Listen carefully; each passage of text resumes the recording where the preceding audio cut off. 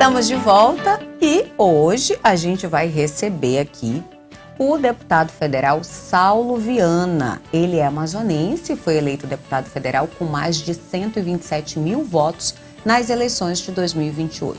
Ele já foi deputado estadual pela Cidadania de 2019 a 2022. E entre os destaques do seu trabalho, ele desempenhou ações no segmento social, principalmente nas cidades do Baixo Amazonas, onde desenvolve projetos e estudos para a melhoria da qualidade de vida dos ribeirinhos. Deputado Saulo Viana, seja bem-vindo aqui ao A Tarde na Onda. Obrigado, Diane, pelo convite, obrigado a todos da Onda Digital. Estamos aqui para poder falar um pouquinho sobre política e da nossa atuação em Brasília. Deputado, eu já começo perguntando sobre o lançamento, da Frente Parlamentar Mista para o Desenvolvimento da Navegação no Interior, que foi semana passada, né? O senhor poderia contar para a gente em que pé já está, assim, as discussões, reuniões? Sim, a gente apresentou, eu em parceria com o deputado federal do Pará, o amigo deputado Junho Ferrari, nós apresentamos a criação dessa Frente Parlamentar Mista, que é Senado e Câmara Federal, para poder discutir pautas da navegação do interior. Aqui na região norte, a navegação é muito importante, né, no nosso estado do Amazonas, principalmente no nosso interior. A gente sabe que os nossos rios são as nossas estradas e nós temos hoje muitas dificuldades na questão da navegação. Eu posso te citar, por exemplo, a questão da segurança nos rios. Hoje existe uma violência muito grande, crescente no interior, de assaltos a embarcações, tanto de passageiro como de transporte de cargas. Nós temos também a questão da segurança da navegação. Ainda assim, semana passada, teve um naufrágio de uma embarcação, de um barco aqui próximo da cidade de Manaus, porque nós ainda temos muitos barcos que são feitos de casco de madeira, né, e os donos de embarcações hoje eles têm muita dificuldade de acessar o crédito para poder construir novas embarcações de ferro, muito por conta de que os bancos que financiam, os bancos públicos que financiam não aceitam o próprio patrimônio como bem de garantia, né, isso é uma das pautas que a gente vai também discutir. Além da parte da questão da navegação pelo lado dos empresários, das balsas, que tem algumas dificuldades na capitania, na marinha. Isso a gente pode também da questão da infraestrutura hidroviária dos rios da Amazônia, que isso pode fazer com que, inclusive, possa baixar o preço dos produtos que são distribuídos pelos rios para o interior e para o estado do Amazonas. E aí agora a frente já está instalada e criada. E a partir de agora a gente tem agendas semanais para poder discutir tanto dentro do Congresso Nacional, Câmara e Senado, como também com os órgãos do governo, para que a gente possa avançar em várias pautas que são importantes para a nossa navegação. Inclui também, eu tenho certeza, a questão dos portos, né? Porque Exatamente. Tem muitos portos em situação precária aqui no nosso estado, né? A gente tem a dificuldade dos portos do interior e também a gente tem aí um grande desafio, que é a questão do porto, tanto do Porto da Manaus Moderna como do Porto do São Raimundo. Na sexta-feira teve um anúncio do lançamento do novo PAC, que é o Programa de Aceleração de Crescimento do Governo Federal, onde foi anunciadas algumas obras para o estado do Amazonas e está incluída o porto tanto da Manaus Moderna como o Porto do São Raimundo. O Porto da Manaus Moderna ele é fundamental para esse porto público aqui na cidade de Manaus, porque a cidade de Manaus é a capital, todo mundo que vem do interior... É a porta de entrada, né? É a porta de entrada, mas as pessoas chegam naquelas condições que a gente conhece ali da Manaus Moderna, daquelas balsas no meio do rio, quando o rio está seco... É pior. No meio, pior ainda, né? No meio ali de muita sujeira, enfim, não tem um ordenamento, não tem uma organização, e a Frente Parlamentar também, nós vamos debater e fazer, e cobrar muito para que isso aconteça nos próximos anos, para que a gente possa ter um porto público aqui na cidade de Manaus, que é, como você falou, a porta de entrada de quem vem do interior. E com condições, né? Exatamente. Para receber não só o turista, mas receber o cidadão que vem do interior. Tem uma história para contar, Liane. Meu pai é da cidade de Parintins. Meu pai hoje tem 76 anos. Ele, com 13 anos de idade, ele veio de Parintins para Manaus. E ele conta que ele chegou na Manaus Moderna, no mesmo jeito que é passado 63 anos hoje. Ele fala do mesmo jeito? Do mesmo jeito que ele chegou há 63 anos atrás, hoje é a mesma realidade na Manaus Moderna, ou seja, tem anos que a gente tem essa demanda e essa demanda é uma demanda que a gente vai lutar muito para que ela aconteça.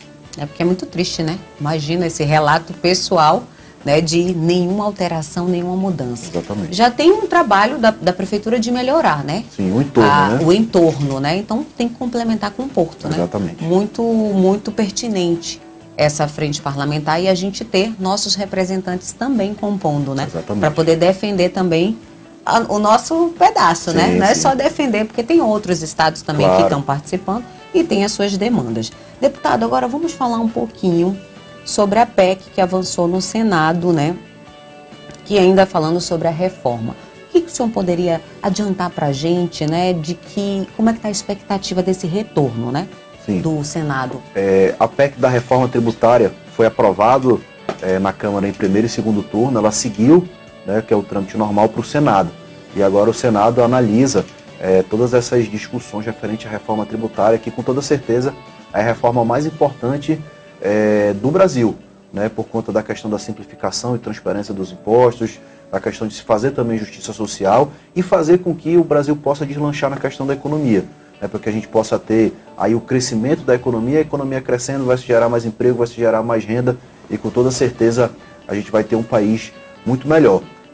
O que eu posso falar aqui de mais importante da reforma, olhando pelo estado do Amazonas, é a questão da nossa Zona Franca, né, porque a gente tinha muito receio na reforma tributária, porque do que a reforma tributária trata é do fim dos incentivos fiscais. O nosso modelo hoje vive de incentivo fiscal, né, ou seja, com a reforma tributária zerando incentivo fiscal, o nosso modelo ficaria ameaçado, né, de acabar nos próximos anos.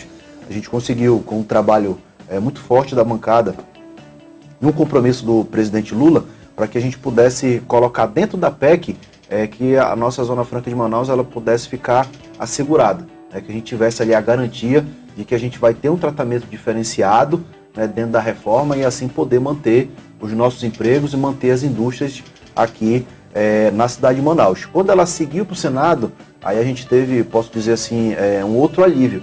Por quê? Porque quem foi escolhido para ser o relator da reforma no Senado é o senador Eduardo Braga, senador aqui do estado do Amazonas, que conhece muito a nossa realidade, está no segundo mandato de senador, né, foi governador por 2 vezes, ou seja, conhece muito a realidade do Amazonas e tem um entendimento grande sobre, né, Zona Franca e a indústria aqui do nosso estado do Amazonas. Então, sim, o senador Eduardo Braga com toda certeza vai manter, né, o que a gente conseguiu colocar na PEC, inclusive até ampliar para que fique ainda mais forte, né, a nossa proposta que nós conseguimos incluir dentro da PEC.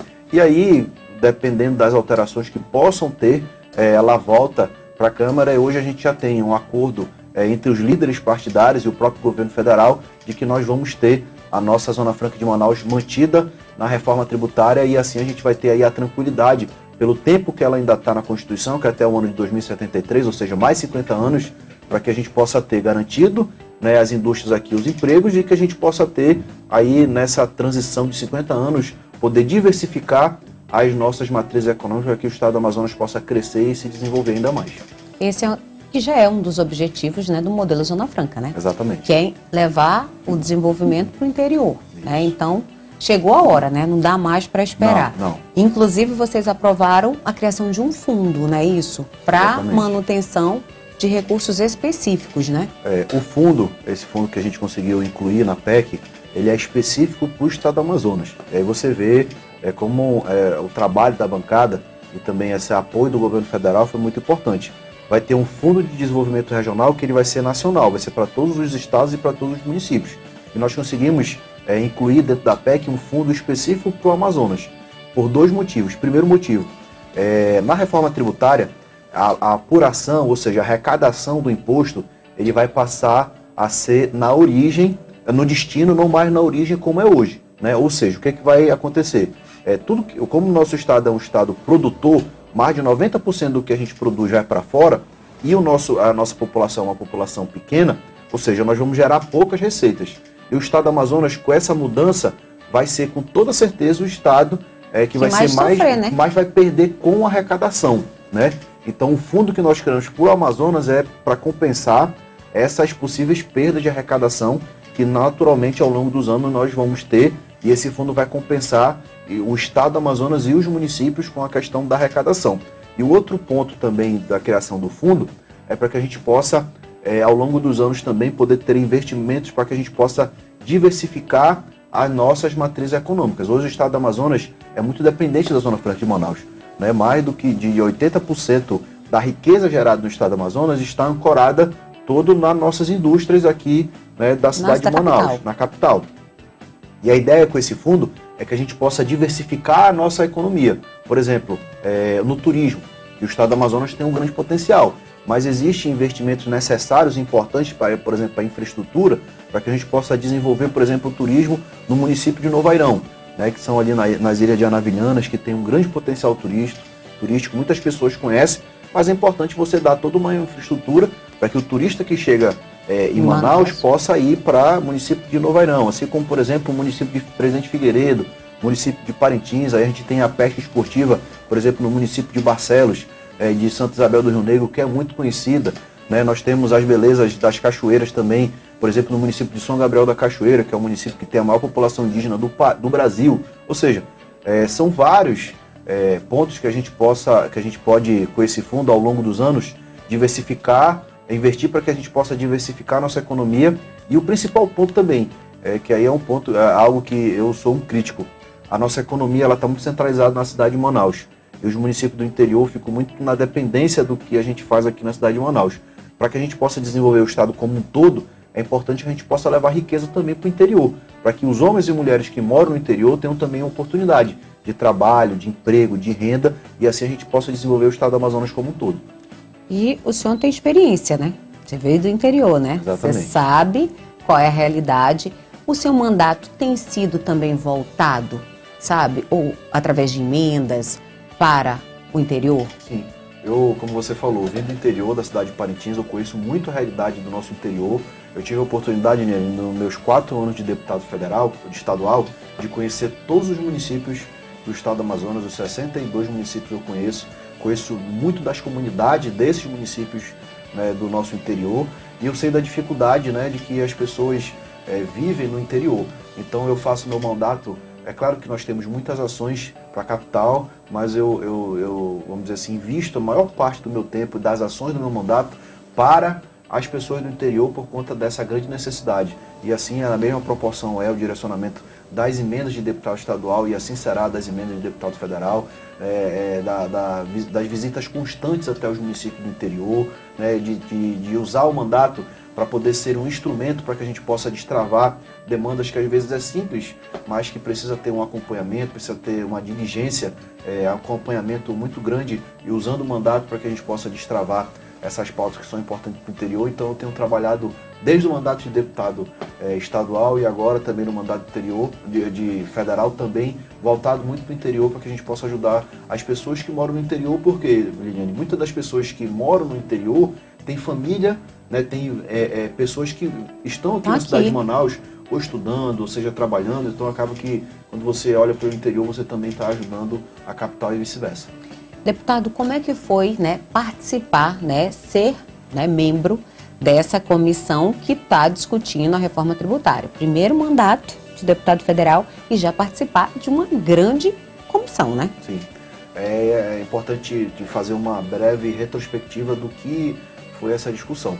Essa PEC 45, que é a reforma tributária, ela começou a tramitar na legislatura passada, no ano de 2019. E aí, pelo então presidente da época, foi criado uma comissão mista, Câmara e Senado, que tinha vários deputados e tinham vários senadores para que pudesse discutir a reforma tributária. Ela cumpriu o trâmite regimental, que eram de 40 sessões, mas ao final, que foi no ano de 2022, ela não foi aprovado o relatório final. E o ano de 2022 foi o ano de eleição. Naturalmente, os trabalhos no Congresso param, né, diminuem muito e não foi aprovado. E aí veio, né, o novo mandato, né, a nova legislatura, e o presidente Arthur Lira resolveu criar um grupo de trabalho, né, que muito reduzido, né, formado por 13 deputados federais de diversos estados, para que pudesse revisitar tudo que a comissão na legislatura passada fez, e também para poder atualizar os novos deputados. Nós tivemos mais de 200 deputados federais eleitos e tantos outros senadores eleitos na atual legislatura, para que pudesse se debater, se discutir novamente esse tema, que é um tema muito importante. E na criação desse grupo de trabalho, a bancada do Amazonas, a gente se reuniu e se articulou, cada um dentro do seu partido para conseguir a indicação. O meu partido, União Brasil, é a terceira maior bancada da Câmara e naturalmente tinha a possibilidade de ter uma indicação. E eu trabalhei com o líder do meu partido, com os deputados, os 59 deputados do meu partido, para que eu pudesse ser indicado pelo partido para poder fazer parte. Assim como o deputado Sidney Leite fez pelo seu partido, o PSD, e o deputado Adair Filho fez pelo seu partido republicano. Ou seja, de 13 deputados que compunham o grupo de trabalho, 3 eram do Amazonas. Isso foi muito importante. Isso foi uma força já, uma força muito importante para que a gente pudesse levar para dentro do grupo de trabalho a importância que tem a nossa Zona Franca de Manaus. Porque, infelizmente, a Zona Franca perdeu muito ao longo dos anos na guerra da comunicação. As pessoas de fora, principalmente os maiores estados, como São Paulo, Rio de Janeiro e Minas Gerais, eram muito contra a Zona Franca de Manaus por conta dos incentivos fiscais que tinham aqui e atrair as indústrias, uma vez que o grande mercado consumidor está justamente nesses estados, onde tem a maior população. Então eles sempre foram muito contra ter esses incentivos para que a indústria, a maioria das indústrias, principalmente de componentes, enfim, de linha branca, estivessem aqui no estado do Amazonas. E a gente conseguiu fazer esse trabalho, a importância foi esse trabalho de conscientizar e de sensibilizar o grupo de trabalho da importância que tinha a nossa Zona Franca de Manaus. Nós conseguimos trazer até aqui no estado do Amazonas, no mês de final de março, teve uma reunião o aqui. relator da reforma tributária e o coordenador do grupo de trabalho. Eles vieram aqui em Manaus, nós levamos eles para conhecer as fábricas do distrito. Nós tivemos uma audiência pública na Assembleia Legislativa, onde foi colocado o ponto de vista do governo como ente federativo do estado, mostrando o que representa a Zona Franca de Manaus em referente à arrecadação do estado, os investimentos que são possíveis é possível fazer do que é arrecadado através da Zona Franca, principalmente para o interior também, e também as entidades de classe puderam também dialogar com essas pessoas, e aí a gente conseguiu conscientizar da importância que tinha a Zona Franca, não apenas para o Amazonas, mas para o Brasil. Então isso foi fundamental e a gente conseguiu colocar o que era importante para o estado do Amazonas, na Zona Franca, dentro da PEC 45, e essa semente a gente plantou, está lá, e agora está no Senado. Eu tenho certeza que a gente vai conseguir vencer essa batalha, e aí a gente passa a não correr mais risco de um dia para a noite vir um decreto que muda tudo, que faz com que fique ameaçado esse modelo que é muito importante, como eu disse, não apenas para o Amazonas, mas para o Brasil e para o mundo, porque a grande contrapartida que a nossa Zona Franca de Manaus dá é a preservação da nossa floresta em pé. E a gente tem a maior concentração, Preservamos bem mais que o nosso vizinho aqui, Sim. Que promoveu aí, a cúpula da Amazônia. Deputado, daqui a pouquinho o senhor já está indo para Brasília, Você sabe que já começaram os trabalhos, intensamente, após esse recesso. Vai ser discutida essa semana também a questão do arcabouço, O que você poderia adiantar para a gente, assim? Porque todo mundo fica falando sobre isso e é um tema que a gente vai discutir também no nosso debate político. O que o senhor poderia adiantar para a gente? O arcabouço, ele é muito importante para o Brasil por conta das regras que são criadas referente à questão do orçamento, para que o governo não gaste mais do que arrecade e isso aumente a dívida pública. Isso também passa um sinal para o mercado de que o governo está sendo responsável com as contas públicas, para que não tenha aumento da dívida pública do Brasil, e isso é importante também porque ajuda no crescimento da economia e também em investimentos externos no Brasil. Esse tema foi extremamente debatido na Câmara Federal, foi criado um consenso para que o arcabouço fosse aprovado na Câmara e ele seguiu para o Senado. Lá no Senado, para você ver também a importância da nossa bancada. No Senado, quem foi o relator foi o senador Omar, aqui do Amazonas. E foi feito 2 mudanças do texto que foi aprovado na Câmara. Uma foi do fundo do Estado, do DF, do Distrito Federal, que isso é algo que é muito mais direcionado a eles mesmo. A eles. O senador Omar fez essa mudança, e outro é referente à questão do Fundeb. Então, assim, teve essas 2 alterações e isso obriga, uma vez mudado no Senado, que é a Casa Revisadora, para que ele volte de novo para a Câmara. E lá na Câmara está tendo as discussões sobre esses 2 pontos. Ainda não teve consenso para essa votação. Se vai permanecer como veio do Senado? Exatamente, ainda não tem consenso, teve, nas 2 semanas que se passaram, tiveram reunião de líderes onde não foi criado consenso, e aí lá na Câmara só vai para votação depois que tem consenso da matéria, e ainda não teve esse consenso. A perspectiva é que essa semana, né, possa ser votado. A reunião de líderes acontece sempre na terça-feira de manhã, então amanhã é que a gente vai ter aí uma ideia, se a gente vai ter a votação ou não nessa semana do arcabouço. Eu acho que avançou, né, bastante. Tem esses dois pontos que são, não digo do Fundef, mas do Fundeb. É um ponto muito sensível, porque trata da questão da educação. E claro que tem uma mobilização muito grande, principalmente da classe, e tem uma bancada da também educação no no Congresso. Né? Eu particularmente sou a favor, né? Assim é o meu voto para que possa tirar a questão do Fundeb, dessa trava do arcabouço, e vamos esperar para ver. A partir de amanhã a gente vai saber se vai ser criado o consenso, né, para ir à votação e assim ser aprovado, porque isso é muito importante para a questão da economia do país. Para avançar, né? Senão fica travado, né? Exatamente. Aí o governo pode fazer muita coisa, né? Deputado, para a gente encerrar, como é que está as questões da BR-319? Porque com esse lançamento do novo plano de aceleração do crescimento, né, o PAC 3, vai ter também uma destinação para isso. Mas o senhor acredita que a gente vai conseguir finalmente destravar esse entrave com relação às questões ambientais? Eu sou um grande crítico da forma que a gente é tratado por conta da BR-319. Porque muitas das pessoas que falam referente da defesa do meio ambiente, dizendo que a BR-319 pode ser um motivo para que se aumente o desmatamento na Amazônia, são pessoas que não conhecem a nossa realidade. Né? Muitas dessas pessoas nunca pisaram aqui no estado do Amazonas. Muitas dessas pessoas não foram até a BR-319, principalmente na região ali da onde é esse trecho chamado Trecho do Meio, que são esses 400 quilômetros que a gente sempre passa ano após ano, a gente fica nessa expectativa de poder ter esse licenciamento ambiental. E hoje essa questão, esse discurso ambiental, ele é muito forte hoje no mundo todo, né, por conta de tudo que a gente ouve falar e da importância que tem da nossa floresta em pé.